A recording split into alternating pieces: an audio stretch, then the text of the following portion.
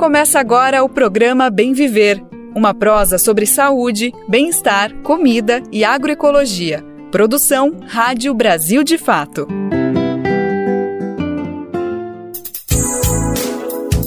Bora para mais uma? Tá começando mais uma semana e com ela mais uma edição inédita e fresquinha do Bem Viver, uma produção do Brasil de Fato. Hoje é segunda-feira, gente, dia 27 de maio de 2024. Espero que tenha descansado aí no final de semana, se não, também é uma semana um pouco mais curta, né? Tem feriado na quinta-feira, espero que você consiga emendar, poder aproveitar, descansar, enfim. Mas até lá tem bastante coisa pra gente pôr em pauta, repercutir o que aconteceu no final de semana e também prever alguns assuntos que vão acontecer no decorrer dos dias. Meu nome é Lucas Weber e antes de tudo eu quero agradecer demais a Afonso Bezerra, meu colega que segurou todas as pontas nesses 2 dias que eu não estive por aqui nessa boa prosa do Bem Viver. Bom, bora saber quais são os destaques do programa de hoje que tá só começando. Temos um papo super importante sobre reparação e justiça. Zé Vitor, coordenador político do Movimento Negro Evangélico, fala os detalhes da campanha que exige a abertura dos arquivos das igrejas protestantes aqui no Brasil, referentes ao período da escravidão. Ainda sobre racismo, vamos tratar aqui no programa sobre como a comunidade africana em São Paulo permanece mobilizada para cobrar justiça após a morte do senegalês Talla Mbaye. Vamos falar também sobre o balé em Cuba e a revitalização dos rios na China. Esses são alguns, mas são vários os destaques do programa de hoje. Bora lá que ele só está começando. A gente está no finalzinho de maio, mas é importante registrar que neste mês a gente relembrou o 13 de maio, data da abolição da escravatura. É uma celebração crítica, pontuando o papel dos abolicionistas negros ao longo do século XIX e as batalhas contemporâneas contra o racismo estrutural que afeta nosso país. Como a gente bem sabe, é uma luta ainda em curso no Brasil e no mundo inteiro, né? E uma dessas frentes de resistência surge exatamente dentro das igrejas evangélicas. Agora, no mês de maio, o Movimento Negro Evangélico lançou um manifesto que cobra a abertura dos arquivos das igrejas protestantes históricas aqui no Brasil. O objetivo é investigar a relação dessas igrejas com a escravidão. O nosso repórter Afonso Bezerra conversou com Zé Vitor, ele que é coordenador político do Movimento Negro Evangélico. Ele falou sobre os objetivos da campanha, o desafio de combater o racismo dentro das instituições e a ascensão da luta antirracista entre evangélicos aqui no país. Bora conferir esse papo dos dois que está imperdível. Olá, minha gente! Hoje nós vamos conversar com o coordenador de incidência política do Movimento Negro Evangélico, Zé Vitor. Ele vai conversar com a gente hoje sobre o lançamento da campanha Escravidão e a Igreja com isso, que exige a abertura dos arquivos de igrejas protestantes históricas referentes ao período da escravidão aqui no Brasil. Zé Vitor, seja muito bem-vindo e muito obrigado por topar participar aqui com a gente. Muito obrigado, estou bem feliz aqui com esse convite. Bom, para a gente iniciar a nossa conversa, queria que você explicasse um pouco como é que foi que o Movimento Negro Evangélico, concluiu que seria importante fazer essa reivindicação pela abertura dos arquivos das igrejas para tratar desse tema tão profundo da nossa sociedade que é a escravidão. E acho que tem um processo que passa por alguns marcos, né? Mas a pauta em si, ela é uma pauta, acho que de reivindicação do movimento desde o seu início, lá por volta de 2003, né, esse debate, conseguir, de fato, trazer luz sobre esse período histórico, que durante muitos anos, né, a gente, enfim, na verdade, até hoje, a gente ainda tem poucos insumos, ainda tem pouco material produzido, né, discutindo esse período, mas acho que o que impulsiona isso de maneira mais geral foi a Conferência de Durban, acho que com toda certeza, uma conferência importantíssima, realizada em 2001, pautando o enfrentamento à violência racial, né, enfim, para países africanos e também para afrodescendentes. E naquele momento, a memória e a verdade ela é colocada como elementos centrais para alcançar a justiça, né? Então, é a partir da memória e da verdade que a gente alcança, que a gente chama de reparação. E aí eu acho que esses 2 marcos, assim, influenciaram muito um momento em que a gente viveu no início do ano com o convite que um evento muito famoso no meio evangélico tradicional, geralmente é realizado na Paraíba, né? convidou um pastor norte-americano que, nos seus escritos, de alguma forma, enfim, defende uma narrativa da escravidão à luz da Bíblia, e isso gerou um processo de mobilização grande, assim, conseguiu fazer uma plenária, tipo, em cima da hora, com mais de 90 pessoas, de vários lugares do Brasil, online, para discutir alguma ação de incidência que levasse ao cancelamento do convite de uma pessoa dessa, né? Um pastor com tendências escravocratas não poderia vir falar num evento como o Brasil, num país como o Brasil. Então, enfim, a partir da ampla mobilização de movimentos evangélicos como um todo, né? Mas o Movimento Negro Evangélico, o MNE, ele fez um processo de contactar e conectar pessoas que estavam interessadas em incidir nisso. A gente teve o cancelamento do convite desse pastor, né, do pastor Douglas Wilson. E aí a gente tem isso como mais uma confirmação de algo que a gente já estava observando, né? A gente já tinha um interesse de fazer algo relacionado à, à memória sobre a escravidão. A gente, dentro do próprio MNE, um dos nossos eixos de atuação, né, é a memória e a verdade. No ano passado, a gente é, realizamos, né, uma campanha chamada Quero Trazer a Memória, para, enfim, juntar, né, reunir materiais, etc., sobre a participação de pessoas negras evangélicas em momentos importantes da história, assim, do Brasil como um todo. E aí, essa campanha, então, e a igreja com isso, né, a escravidão e a igreja com isso, ela vem muito no momento, talvez como resposta a todos esses marcos, né? Tanto no marco no sentido internacional, com Durban, trazendo a memória e a verdade como elementos essenciais para a gente alcançar reparação, até numa escala nacional, a gente ter, enfim, um pastor com tendências e com escritos que defendem de alguma forma a escravidão, sendo convidado para falar em um país como o Brasil, né? Um país com o maior número de pessoas negras fora de África. Então, acho que esses dois marcos, tanto do internacional como nacional, influenciaram muito a escolha no momento como esse, né, aproveitamos essa janela de oportunidade do 13 de maio, que é uma data extremamente controversa, né, enfim, tem as suas diversas questões, mas entendemos que é uma data em que o debate público ele se volta para o tema, para questionar a participação da Igreja Protestante nesse período, né, a gente sabe que já existem muitos trabalhos, né, uma discussão mais amadurecida sobre o papel da Igreja Católica nesse processo, mas pouco se sabe, né, pouco se tem documentado de maneira pública sobre a participação da Igreja Protestante também nesse processo.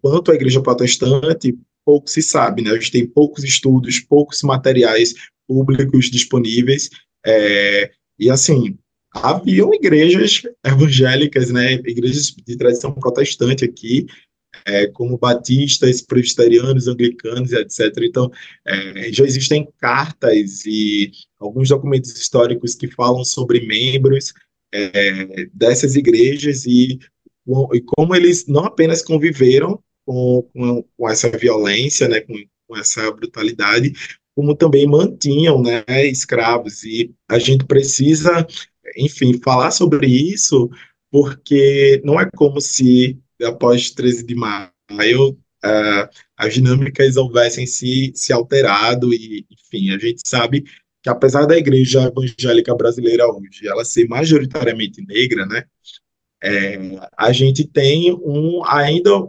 processos de violência racial dentro do seio da igreja protestante, que conformam não só as relações entre os membros, né, enfim, e casos de violência racial que acontecem entre elas, mas também conformam a própria fotografia do poder, principalmente dessas igrejas tradicionais, né, enfim, que tem na sua composição aí, majoritariamente líderes homens e brancos, né? Então, a campanha vem muito no sentido de abrir, né, um momento de debate com a igreja brasileira sobre isso. Zé Vitor, eu queria que você falasse um pouco também quais são as principais exigências, né, que o manifesto faz, né? Eu li, por exemplo, que vocês fazem um apelo para que as igrejas, de fato, né, façam um pedido de perdão oficial, né? Além desse ponto, né, que eu queria que você comentasse também, quais são as outras exigências, né, desse documento, desse manifesto do Movimento Negro Evangélico? Acho que o manifesto, ele é um manifesto que ele é escrito, né, cunhado pelo Movimento Negro Evangélico, mas ele é um manifesto da Igreja Brasileira, de quem se sentir tocado de alguma forma, de quem se sentir, enfim, chamado a essa luta, né, por memória, verdade e reparação. Então, ele tem esse apelo, né, para que haja esse pedido de perdão, que é algo que já tem sido feito em vários outros países, né? Acho que a própria Igreja Anglicana, em alguns países, já estendeu aí, já escreveu um pedido de perdão sobre reconhecendo, né, a sua participação nesse processo, etc. Mas a gente sabe que a gente, enfim, falando de Brasil, principalmente falando do Brasil 2024, a gente está falando de um momento delicado, né, e o quanto que a agenda evangélica ela foi cooptada por uma agenda fundamentalista e o quanto que determinadas temáticas vão ter outro tipo de eco, né, nesses espaços. Então, a gente essa exigência, né, por um pedido de perdão, mas a gente entende também que ele é insuficiente, né, não é só pedir perdão, a gente queremos mais do que isso. Então, no próprio manifesto também a gente faz um apelo para que essas instituições, né, essas denominações que já estavam aqui naquele período, elas facilitem o acesso aos documentos, facilitem o acesso aos registros históricos, né, que narram e que, enfim, de alguma forma documentam a participação dessas instituições nesse momento em que nós vivemos, né, e a gente entende que sem isso, sem esse acesso à verdade, né, que, enfim, esse peso, né, na participação da Igreja Católica e pouco se discute a participação da Igreja Protestante, e é como se, enfim, fosse como se a Igreja não tivesse tido nenhuma colaboração nisso, né? E aí esse silêncio contribui para uma narrativa única, né, sobre o que foi esse período e sobre o que representam também todos os ranços desse período que permanecem nas dinâmicas de relação de poder entre as pessoas dentro desse espaço religioso. Então, a gente entende que o acesso à memória e à verdade, ele é essencial para que a gente também consiga lutar por reparação, né?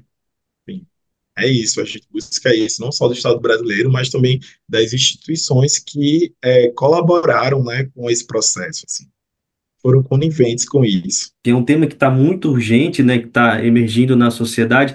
E qual é a reflexão que vocês fazem do simbolismo histórico dessa iniciativa, né, da publicação desse manifesto, né, dessa convocação da sociedade para debater internamente dentro da igreja, né, que, como você bem mencionou, em linhas gerais, assim, né, o protestantismo, as igrejas evangélicas no Brasil, elas são hoje hegemonicamente de pessoas negras, mas ela consegue ser, na essência, antirracista hoje? Qual é a avaliação que vocês fazem?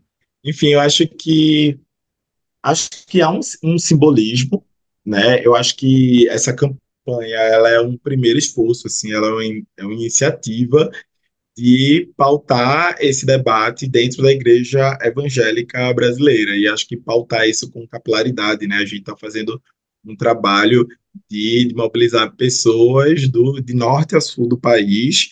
A gente, enfim, né? A campanha ela tem essa duração mais pública, assim, de 2 meses, né? Nós estaremos entre maio e junho pautando isso nas nossas redes sociais, mas também em igrejas e comunidades de fé espalhadas pelo Brasil. E acho que isso tem um peso, né, de como a gente tem feito esse esforço para pulverizar essa pauta, mas também de como, inclusive, a gente tem visto a recepção nas redes sociais, né, o quanto que há uma demanda por isso, assim. Então, não é apenas uma pauta que vem de cima para baixo, assim, a gente consegue perceber que de baixo para cima, pensando o nível territorial, as pessoas querem falar sobre isso, as pessoas, elas, enfim, né, querem saber mais sobre isso, porque isso fala também sobre como elas são tratadas e condicionadas dentro desses espaços religiosos até hoje.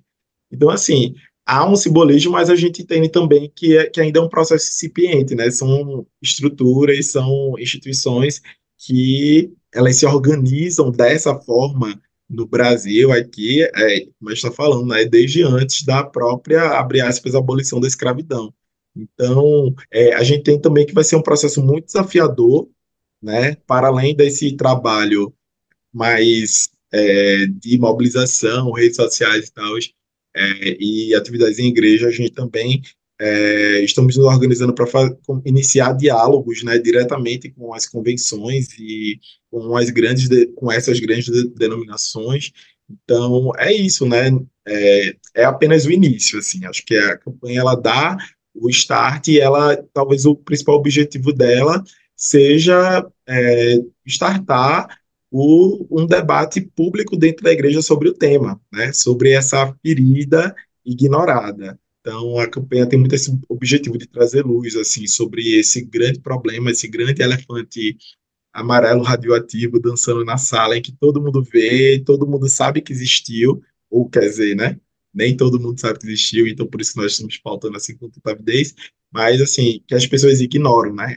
A própria liderança da igreja ignora. Que falar sobre isso é reconhecer uma participação, é reconhecer violência, enfim, é reconhecer, inclusive, que a igreja precisa fazer algo sobre isso, né? Uhum. Porque existem muitas feridas que foi aberta por ela. Pois é, inclusive recentemente o Movimento Negro Evangélico lançou aquela iniciativa de formação, né? Fazendo uma história, todo um levantamento histórico sobre o racismo, sobre a escravidão, voltados para as pessoas, para as lideranças das igrejas, né?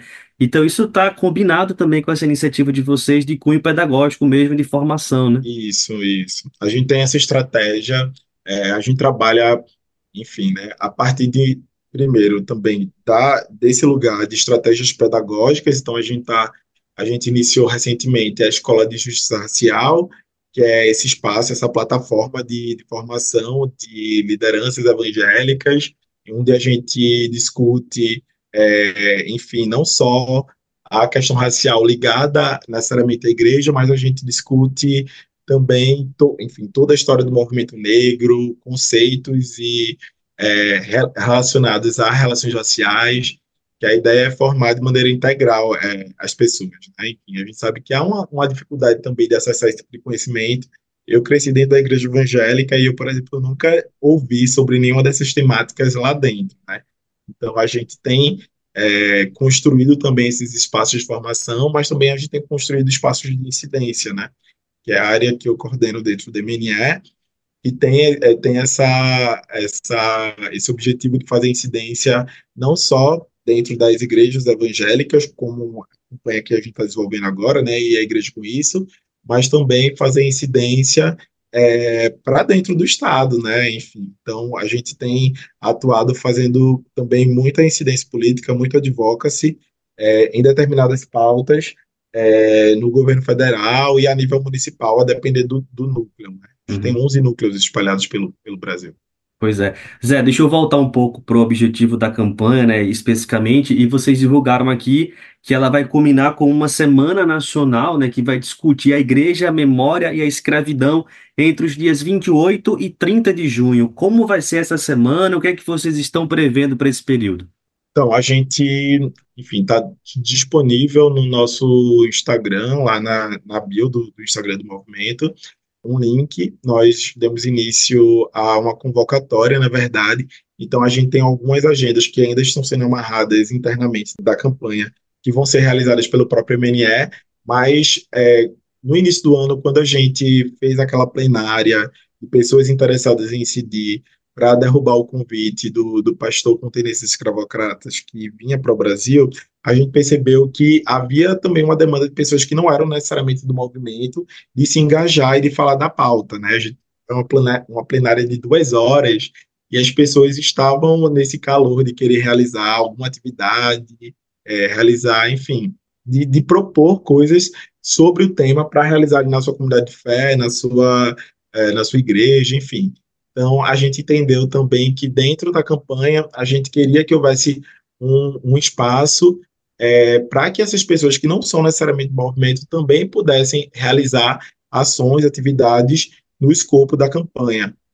Então, a convocatória tem esse objetivo, né, de convidar pessoas que se interessem pela temática a realizarem atividades que serão essas atividades realizadas, né, nesse período de tempo específico, né, no final de junho. A gente está preparando um material de apoio e a gente vai tanto, não só monitorar, mas também auxiliar, né, as pessoas que se interessarem em realizar essas atividades. Então, a gente tem também esse processo que, inclusive, vai ajudar a dar capilaridade à campanha, né? Enfim, nas igrejas, municípios, né, em que a gente não alcança diretamente. Então, a gente está muito feliz e muito empolgado assim, com essa possibilidade de atrair gente e também de apoiar iniciativas que não necessariamente estão dentro do movimento. Ah, joia. Gente, nós conversamos com o Zé Vitor, ele é coordenador de incidência política do Movimento Negro Evangélico e falou com a gente sobre o lançamento da campanha, agora no mês de maio, né, a partir do 13 de maio, da campanha Escravidão e a Igreja com Isso, que exige a abertura dos arquivos das igrejas protestantes aqui no Brasil, referentes ao período da escravidão.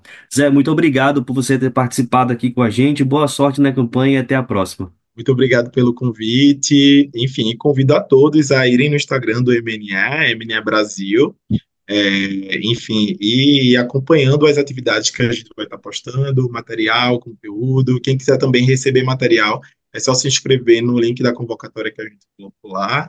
Enfim, todo mundo bem-vindo. Esse problema não é só do movimento negro evangélico, é um problema do Brasil, né? É um problema em todo mundo. Não tenha dúvida. Muito obrigado, Zé, e até a próxima. E a gente segue falando ainda sobre as feridas abertas pelo racismo aqui no Brasil. O caso que a gente vai falar agora ainda reúne elementos de xenofobia, que é a aversão a quem é de fora, os estrangeiros.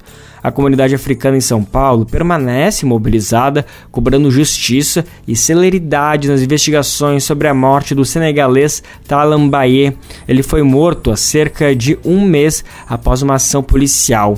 A gente comentou na edição passada do programa, na última semana, que ainda não houve acesso livre às imagens capturadas pelas câmeras acopladas no uniforme dos agentes, o que tem dificultado a conclusão das investigações. O nosso repórter Pedro Serpassolas, que vem acompanhando o caso desde o início, vai nos contar agora como tem sido a mobilização da comunidade africana, que tem denunciado que o racismo e a xenofobia sofrido pelos estrangeiros são práticas recorrentes na maior cidade do país. O grupo reitera que a morte de Talla não é um caso isolado. O senegalês Serigne Murtala Mbaye, mais conhecido como Talla, morreu no dia 23 de abril durante uma operação da Polícia Militar no centro de São Paulo. Há quase 3 anos no Brasil, ele deixou 2 crianças. Uma delas fez aniversário no dia de sua morte. A versão da PM é que Talla caiu do 6º andar do prédio em que morava, na rua Guaianazes, após uma operação no edifício contra o comércio ilegal de celulares. Amigos e familiares contestam a versão e cobram justiça pela morte do senegalês. Convocado pela comunidade africana, um ato realizado um dia após a morte de Talla reuniu centenas de pessoas, exigindo uma apuração rigorosa sobre as circunstâncias da morte do imigrante. É o que explica o imigrante de Guiné-Bissau, Brahima Mané. O grande problema não é nem caso contra os africanos, ou seja, contra estrangeiros. O grande problema é casos contra pretos, que são assassinados minuto por minuto no Brasil. Vejamos bem, polícia nunca iria invadir casa de um imigrante japonês, de um imigrante dinamarquês, de um imigrante americano, branco. Aqui vou fazer 16 anos, já cansei de presenciar assassinato dos imigrantes e pretos, principalmente. E nunca nada nos leva a nada, e nunca justiça é feita. O brutal assassinato do congolês Moise Kabagambi em janeiro de 2022, em um quiosque de uma praia da zona oeste do Rio de Janeiro, expôs o racismo sofrido pelos imigrantes africanos no Brasil. Moise foi espancado até a morte após reivindicar o pagamento atrasado ao gerente do estabelecimento. Em outubro do mesmo ano, o gambiano Boubacar Duqueré foi morto pelas costas por um policial militar no bairro Nobre de Jardins, em São Paulo. Na mochila levava 2 currículos e uma faca de cozinha comprada a pedido da esposa, que é auxiliar de cozinha. Os 2 policiais envolvidos na ação relataram que o imigrante teria resistido à abordagem.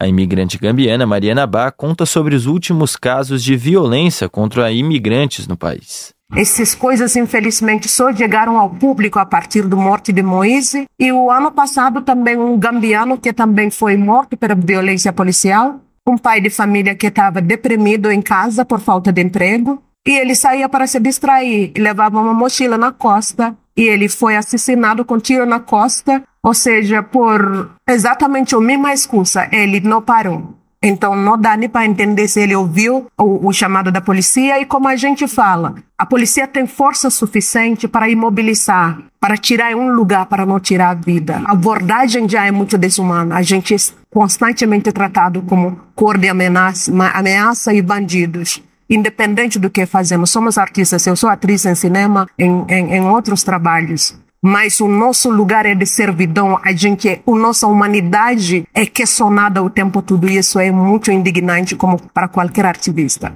Para evitar que outros crimes se repitam e passem impunes, as lideranças africanas seguem mobilizadas. Em São Paulo, denunciam a perseguição constante da polícia militar contra os imigrantes senegaleses na rua Guaianazes. Após a queda de tala do edifício, antes mesmo da chegada do serviço de atendimento móvel de urgência, a população local foi reprimida com balas de borracha e bombas de gás lacrimogênio. Os agentes entraram no edifício em que Tala morava sem mandado. A morte do senegalês foi registrada como receptação, desobediência e morte acidental no 2º DP, no bairro Bom Retiro. Mariama explica sobre a realidade da rua Guaianazes. A gente não está falando de um lugar que é de tiroteio, é um lugar de comércio legal. Guaianazes tem lugares de crianças, de mulheres, de homens, de seres humanos. Então, no Brasil, tem lugares muito mais violentos, onde a polícia não fica vigilando 24 horas. No total, segundo os dados oficiais, cerca de 35 mil imigrantes africanos vivem no Brasil. O país também abriga mais de 150 mil imigrantes haitianos, que, assim como os africanos, estão submetidos ao racismo e a relações de trabalho desiguais.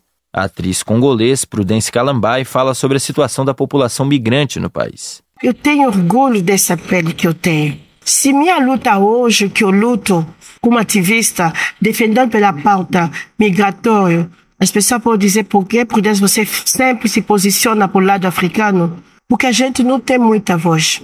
Somos praticamente esquecidos. Sendo que os africanos, segundo a história do Brasil, a história africana, os africanos fazem parte da construção desse lindo país que é o Brasil. Estão querendo apagar a história? Não pode. Os meus ancestrais chegaram aqui como escravos para poder construir esse país. E se nós estamos lutando hoje, porque teve antes pessoas que lutaram pela independência, lutaram pelo fim da escravidão. Nós estamos lutando também por essa mudança. Nós vivemos ainda até hoje aquele escravidão modernizado. A gente não pode falar, a gente não pode reclamar, a gente só matado como um cachorro, como um bicho. Por quê? De São Paulo, da Rádio Brasil de Fato, Pedro Estropaçolas. Em nota, a Secretaria de Segurança Pública de São Paulo afirmou que, abre aspas, todas as circunstâncias relativas aos fatos são investigados por meio de um inquérito policial militar, conforme análise das câmeras operacionais portáteis. Os moradores autorizaram a entrada dos policiais no imóvel. As imagens captadas integram um conjunto de provas dos inquéritos e estão à disposição do Ministério Público e Poder Judiciário, conforme requisição. A corregedoria da instituição está à disposição para a formalização de denúncias, fecha aspas. Afirma também que, abre aspas, o 2º Distrito Policial do Bom Retiro também investigou o caso e relatou o inquérito policial à Justiça no último dia 27. No entanto, o procedimento retornou para o cumprimento de cota requisitada pelo Ministério Público. Os policiais do 3º Distrito Policial em Campos Elíseos trabalham para atender a solicitação, fecha aspas. Esse caso demonstra a importância das câmeras nos uniformes dos policiais. Aqui em São Paulo, um dispositivo que tem surtido efeito, segundo especialistas, com notável redução no número de mortes durante as operações policiais.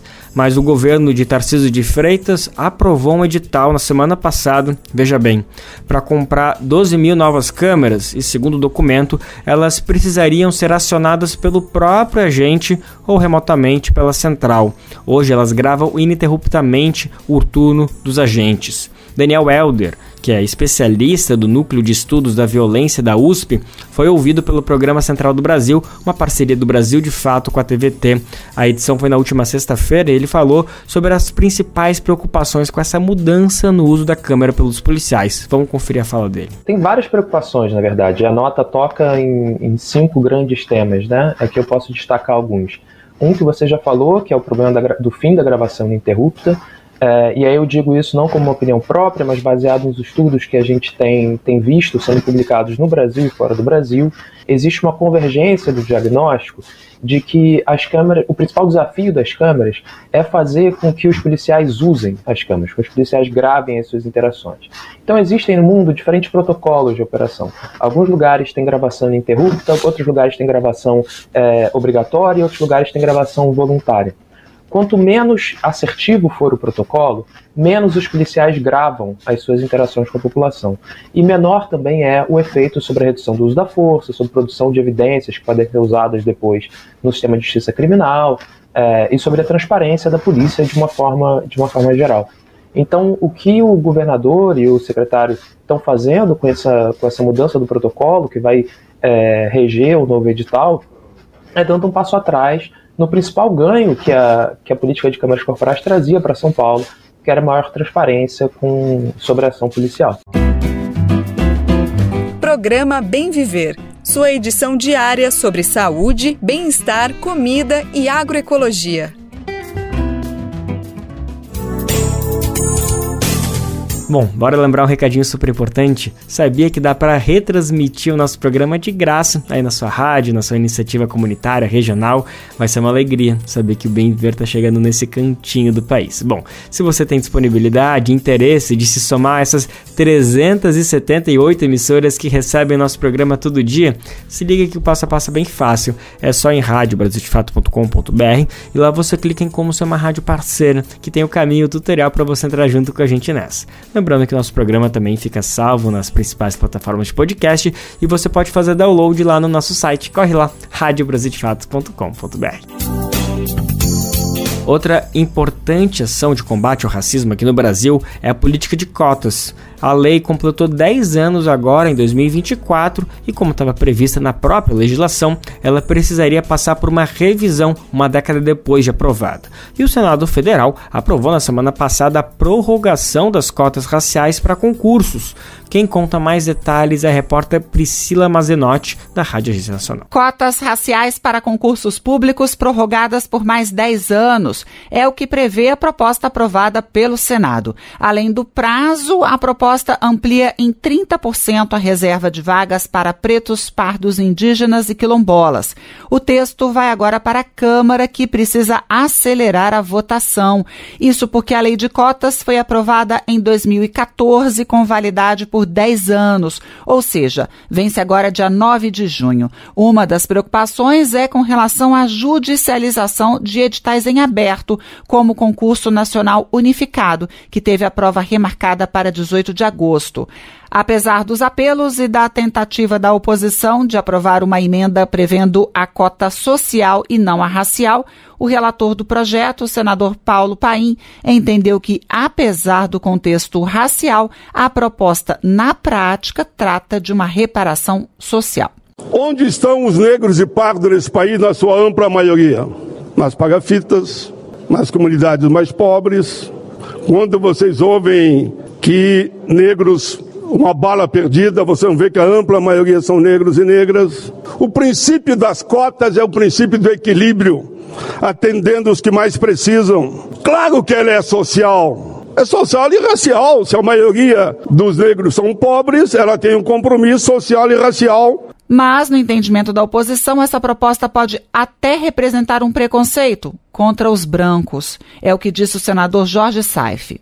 Nós aqui ouvimos muito da preocupação com a questão social, que realmente a maioria das pessoas mais pobres são negras e pardas.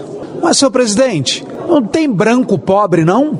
Será que nós não estamos fazendo uma política que contraria inclusive a Constituição Federal, onde diz que todos nós brasileiros somos iguais perante a lei, independente de raça, credo, cultura, língua, não sei o quê? O senador Fabiano Contarato rebateu. Será que os colegas não têm a percepção que no Brasil ainda se criminaliza a cor da pele? Que é de extrema importância essas medidas afirmativas? Que as cotas estão aí por um resgate histórico? É muito cômodo para nós, brancos, homens, falar em igualdade, que todos somos iguais. Que igualdade é essa? No Brasil, uns são mais iguais que outros. Na prática, a proposta, se aprovada na Câmara, terá então a reserva de 30% das vagas em concursos para pretos, pardos, indígenas e quilombolas. Quando o valor for fracionado, será arredondado para cima se for maior que 0,5. A pessoa vai precisar se autodeclarar negra ou parda. Para os indígenas, vai valer sempre que a pessoa se identificar como parte de uma coletividade, e para quilombolas, quando participar, por exemplo, de grupo étnico-racial.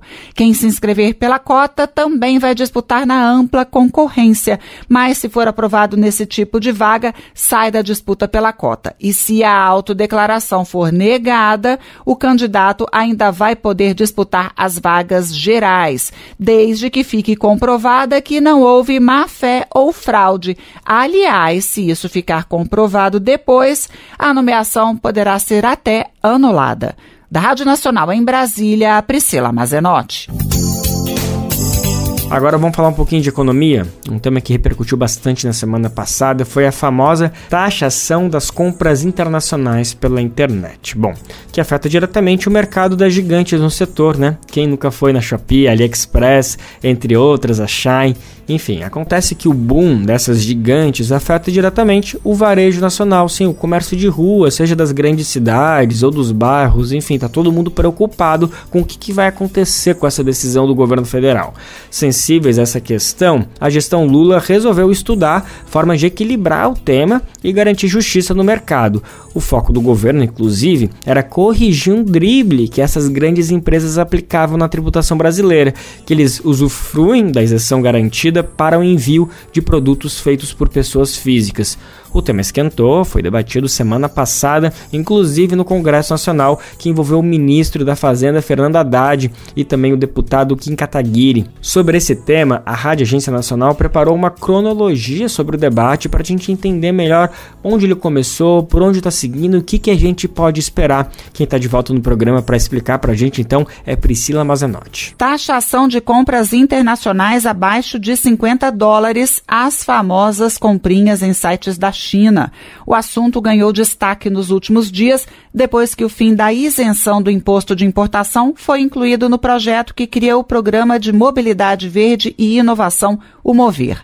Mas vamos entender um pouquinho essa polêmica e como tudo começou. É que ainda em 2023, o que valia era a isenção de compras internacionais de até $50 de pessoa para pessoa e não para o comércio.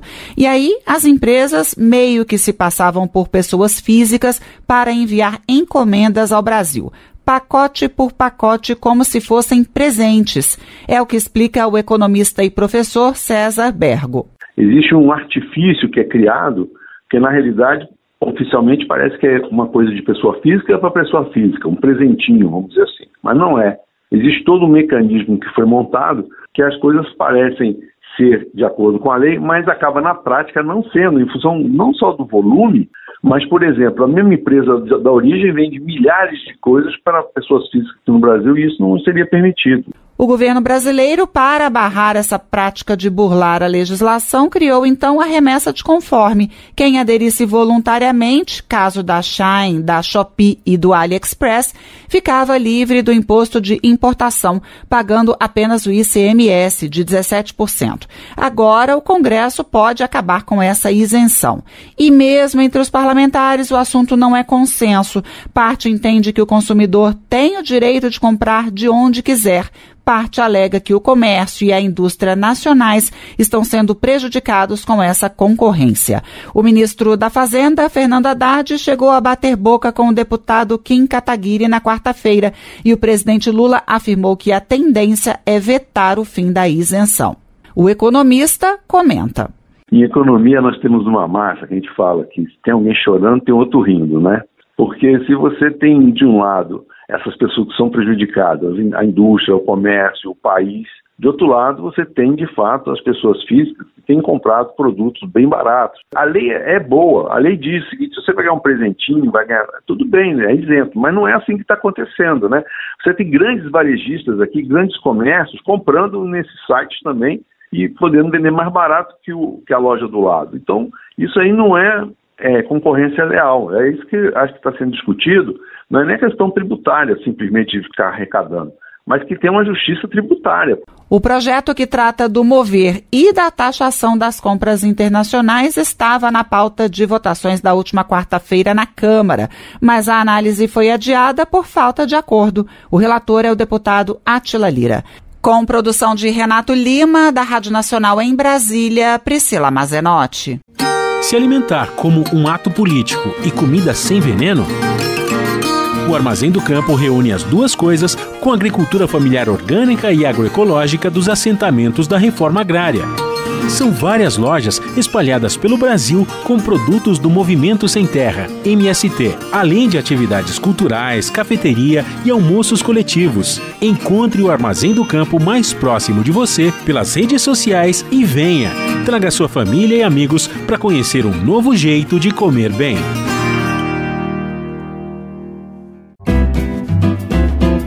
Você está ouvindo o programa Bem Viver, uma prosa sobre saúde, bem-estar, comida e agroecologia.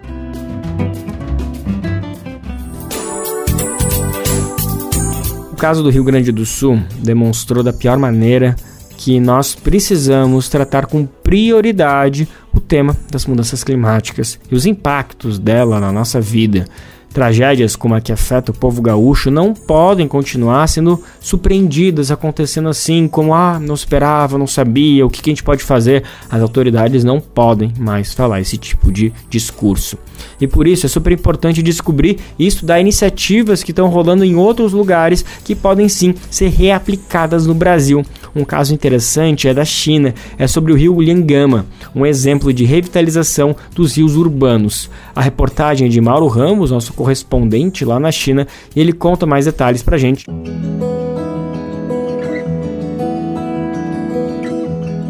Momento agroecológico.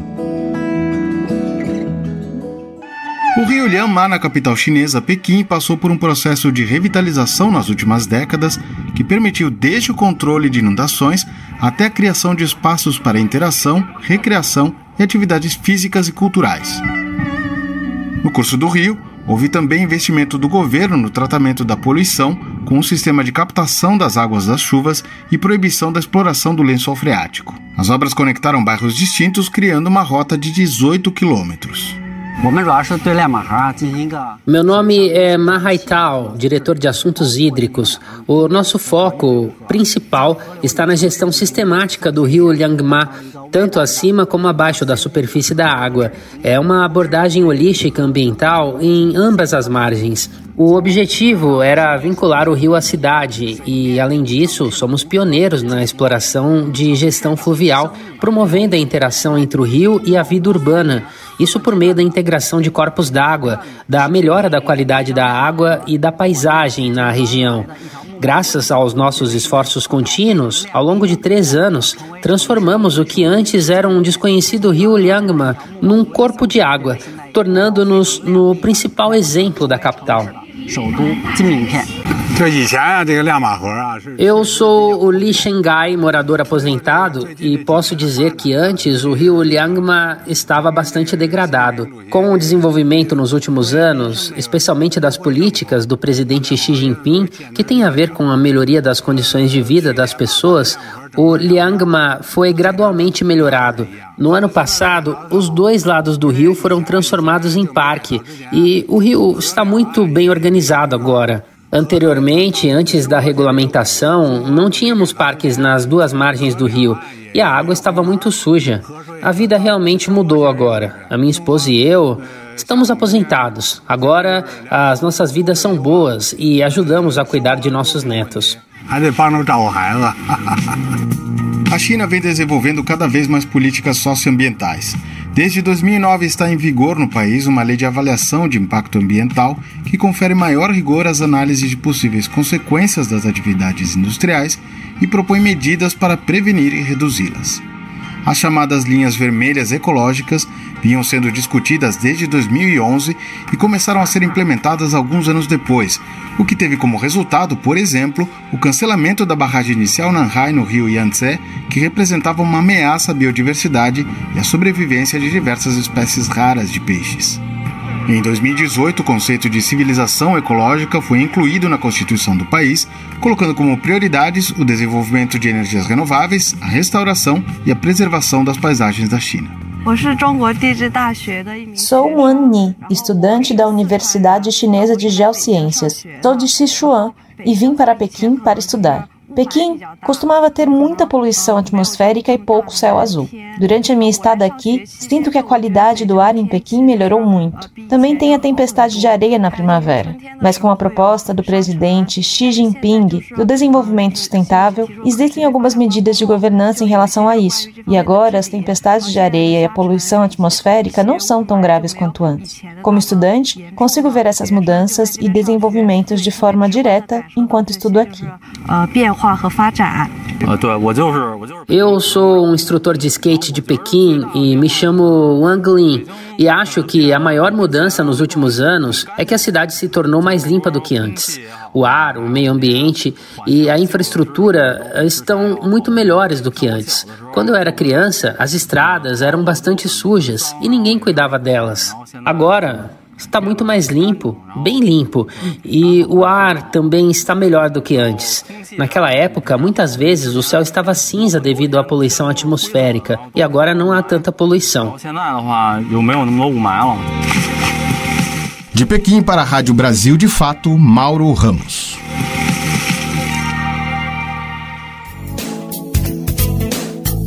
Agora o nosso papo é sobre a mobilização e luta dos movimentos populares. Na semana passada, as centrais sindicais marcharam em Brasília para pressionar o governo Lula por melhores condições de trabalho, pleno emprego e melhores salários. Vamos conferir a reportagem de Flávia Quirino. De acordo com a organização, mais de 20 mil trabalhadoras e trabalhadores participaram do ato. Antes da marcha, eles entregaram ao presidente Lula e ao Congresso Nacional uma agenda que garanta pleno emprego, melhores salários e desenvolvimento econômico. O presidente da CUT, Central Única dos Trabalhadores, Sérgio Nobre, falou sobre a importância da manifestação. A força das ruas e a mobilização dos trabalhadores é fundamental.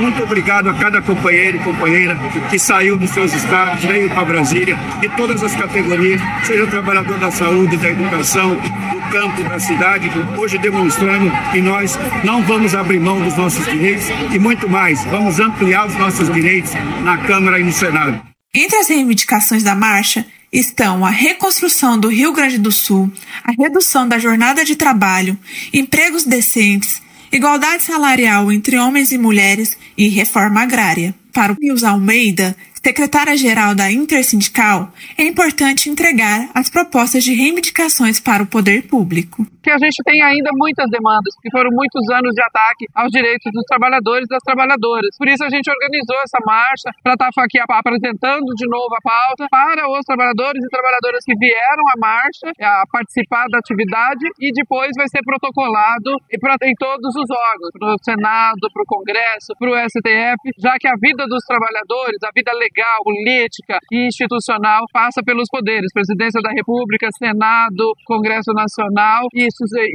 Supremo Tribunal Federal. Antes da caminhada rumo ao Congresso Nacional, aconteceu uma plenária, com a participação do ministro do Trabalho e Emprego, Luiz Marinho. O direito ao trabalho, a relação ao trabalho, vem sendo atacada a partir do golpe da representativa. Portanto, é momento de reagir, de pautar esse debate, falar de redução da jornada do trabalho, falar de direito ao trabalho, falar de negociação coletiva, falar de recuperar prejuízo tirado pelos governos nefastos, é fundamental. Professores de universidades federais que estão em greve desde abril também participaram da mobilização. A categoria reivindica recomposição dos salários e do orçamento das universidades e reestruturação das carreiras. Franciele Rebelato, diretora do Sindicato Nacional dos Docentes das Instituições de Ensino Superior, Andes SN, comenta. Importante conseguirmos ampliar essa unidade dos trabalhadores e trabalhadoras para fortalecer a nossa greve federal da educação, para que a gente possa fazer a devida disputa do fundo público, que nós queremos universidade, institutos e cefetes de qualidade de norte a sul do Brasil. Queremos trabalhadores valorizados, queremos que os estudantes tenham condições de entrar e permanecer nas nossas universidades.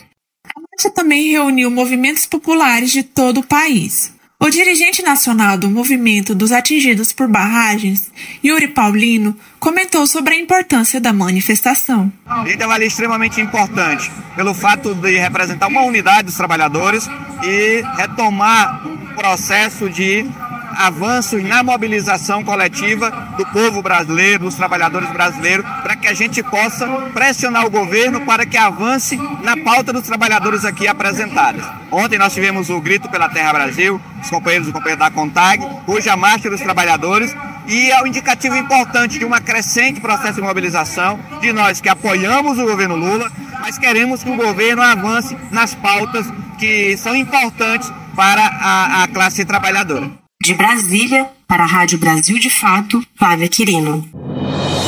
A ABJD é a Associação Brasileira de Juristas pela Democracia. Defende o Estado democrático de direito, a presunção de inocência, o devido processo legal e o acesso à justiça.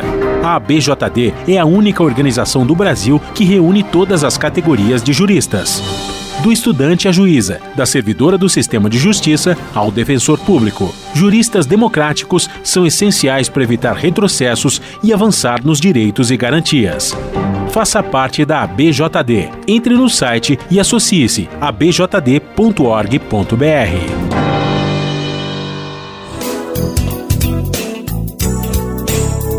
Para ninguém esquecer, a gente tem um encontro marcado sempre de segunda a sexta-feira. Você nos escuta a partir das 11 horas pela internet na radiobrasildefato.com.br. A gente chega para o mundo inteiro.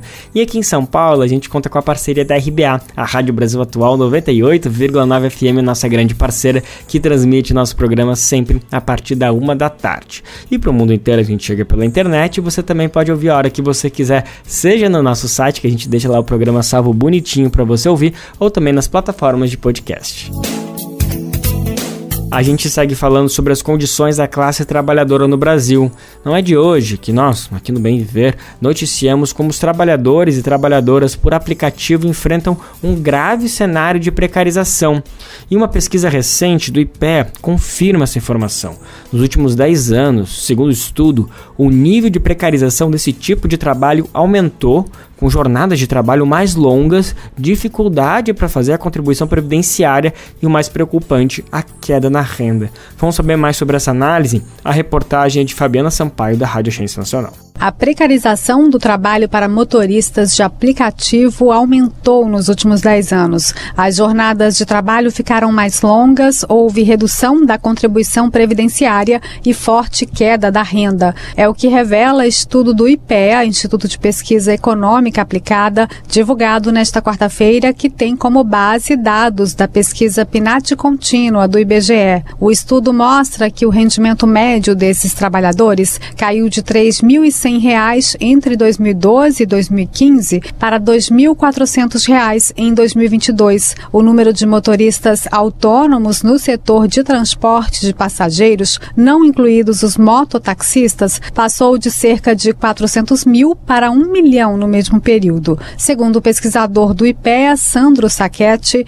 isso explica a queda na renda com mais profissionais disputando a demanda e também o aumento nas jornadas de trabalho. A proporção de trabalhadores com jornadas entre 49 e 60 horas semanais passou de 21,8% em 2012 para 27,3% em 2022. Para os trabalhadores conseguirem ter uma renda mínima necessária, eles precisam estender a jornada justamente porque cada vez menos corrida ou cada vez menos entregas, então para conseguir manter a mesma renda, eles precisam estender a sua jornada. Isso, então, essa extensão da jornada é reflexo da queda da renda. Sacchetti pontua que o aumento das ocupações nessas áreas tem relação com a crise do mercado de trabalho observada desde 2014 e que essa precarização terá efeitos de longo prazo para a economia e previdência social. O estudo aponta que em 2015 cerca de 47% dos motoristas de aplicativos tinham cobertura previdenciária, percentual que despencou para somente 24% em 2022. Se no momento de crise, justamente esse trabalho aplicativo pode servir como manutenção da ocupação, manutenção da renda, mas em condições normais esse trabalho mais precarizado acaba sendo prejudicial para a economia como um todo. E justamente tem um grande impacto justamente sobre a questão previdenciária, a precarização do trabalho, à medida que também diminui consideravelmente a contribuição previdenciária, pode trazer graves problemas daqui a alguns 20, 30 anos, mantendo-se essa tendência, a previdência pode se tornar insustentável se essa tendência não for revertida. A chamada plataformização, segundo o pesquisador, também afetou o trabalho dos entregadores, que igualmente registram efeitos negativos na renda, jornada de trabalho e contribuição previdenciária. O especialista destaca que essa área tradicionalmente tinha uma relativa proporção de trabalhadores formais e desde o boom do trabalho por aplicativos, a ocupação formal caiu significativamente. Sandro Sacchetti avalia que a resistência de parte desses trabalhadores à regularização desse tipo de trabalho é uma questão complexa que envolve muitos fatores. Muitos desses trabalhadores eles tendem a valorizar muito essa ideia de não ter um patrão que às vezes pode estar lá, ter pelo menos o sentimento que ele está controlando os horários dele, essa flexibilidade da jornada. Muitas vezes ele também tem a impressão de que ganha um pouco mais desse jeito que antigamente, porque mesmo tendo um trabalho formal, paga um salário mínimo, por exemplo, geralmente o trabalhador não leva em conta que ele trabalha 11 meses para receber 12 salários normalmente, mais o 13º, mais o adicional de férias e considerando também o FGTS. O projeto de lei do Poder Executivo para a regulamentação do trabalho de motoristas por aplicativo está em análise nas comissões da Câmara dos Deputados. Da Rádio Nacional no Rio de Janeiro, Fabiana Sampaio. Vamos falar um pouquinho de política internacional, que é um assunto que bombou muito semana passada e a gente precisa comentar, sobre a morte do presidente do Irã, Ebrahim Raisi. Na semana passada, inaugurou uma nova fase política e nas relações internacionais do país. Apesar dele não ser a figura mais importante na política iraniana, esse posto é ocupado, na verdade, por Ali Khamenei, um ayatolá e líder supremo da nação. Mas Raisi foi responsável por mudar a imagem que o Irã tinha frente à comunidade internacional. Sobre isso, o podcast de política do Brasil de Fato, 3x4, abordou o tema na edição que foi ao ar na última sexta-feira. Além do comentarista fixo, João Pedro Stedley. Que honra, né, gente? A gente recebeu também Bruno Huberman. Ele é professor de Relações Internacionais da Pontifícia Universidade Católica de São Paulo, a PUC. Ele é especialista no assunto, explicou um pouquinho do perfil de Raisi e traduziu para quem conhece um pouco do Irã como funciona o sistema político do país. O Raisi, ele, pelo que eu andei lendo, da biografia dele, ele era uma pessoa que ele não é que tem esse carisma como talvez o Soleimani tivesse, ou que a gente está muito familiarizado com a figura do Lula, ele não tem essa figura. Ele já tinha tentado ser presidente outras vezes, ele perdeu nas eleições para o Rouhani, que era o antecessor, e o Rouhani ficou marcado por fazer aproximação com o Ocidente para diminuir as sanções, Essa era uma parte central da estratégia dele, digamos, da sua política internacional, E ele estava sucedendo a Ahmadinejad, que tinha sido uma figura que tinha causado problemas na política externa iraniana, O Ahmadinejad, ele fazia algumas declarações controversas, que trazia problemas. Mas problemas pela esquerda. Isso, trazia problemas para todo mundo. Não, mas ele tinha postura assim... Isso, de esquerda. De esquerda. Mas ele, do ponto de vista das elites ocidentais, o Ahmadinejad era um extremista pouco excessivo, e o Rouhani buscou um pouco conciliar com o Ocidente para diminuir as sanções. E assim a edição do Bem Viver de hoje fica por aqui, não sem antes marcar um compromisso contigo. Amanhã nesse mesmo horário tamo junto para trazer mais uma edição inédita e fresquinha do nosso programa. O Bem Viver vai ao ar em diversas rádios pelo país, a lista completa de emissoras que retransmitem o Bem Viver você encontra no nosso site na matéria de divulgação diária do programa. Aqui a gente aproveita para agradecer esses veículos por estarem com a gente e lembra também que o Bem Viver fica disponível como podcast no Spotify, Deezer, iTunes e Google Podcast.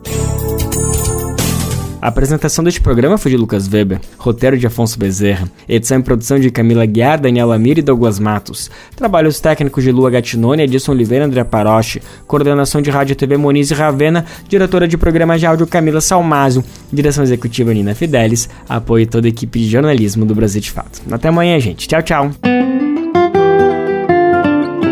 Você ouviu o programa Bem Viver, uma prosa sobre saúde, bem-estar, comida e agroecologia. Produção Rádio Brasil de Fato.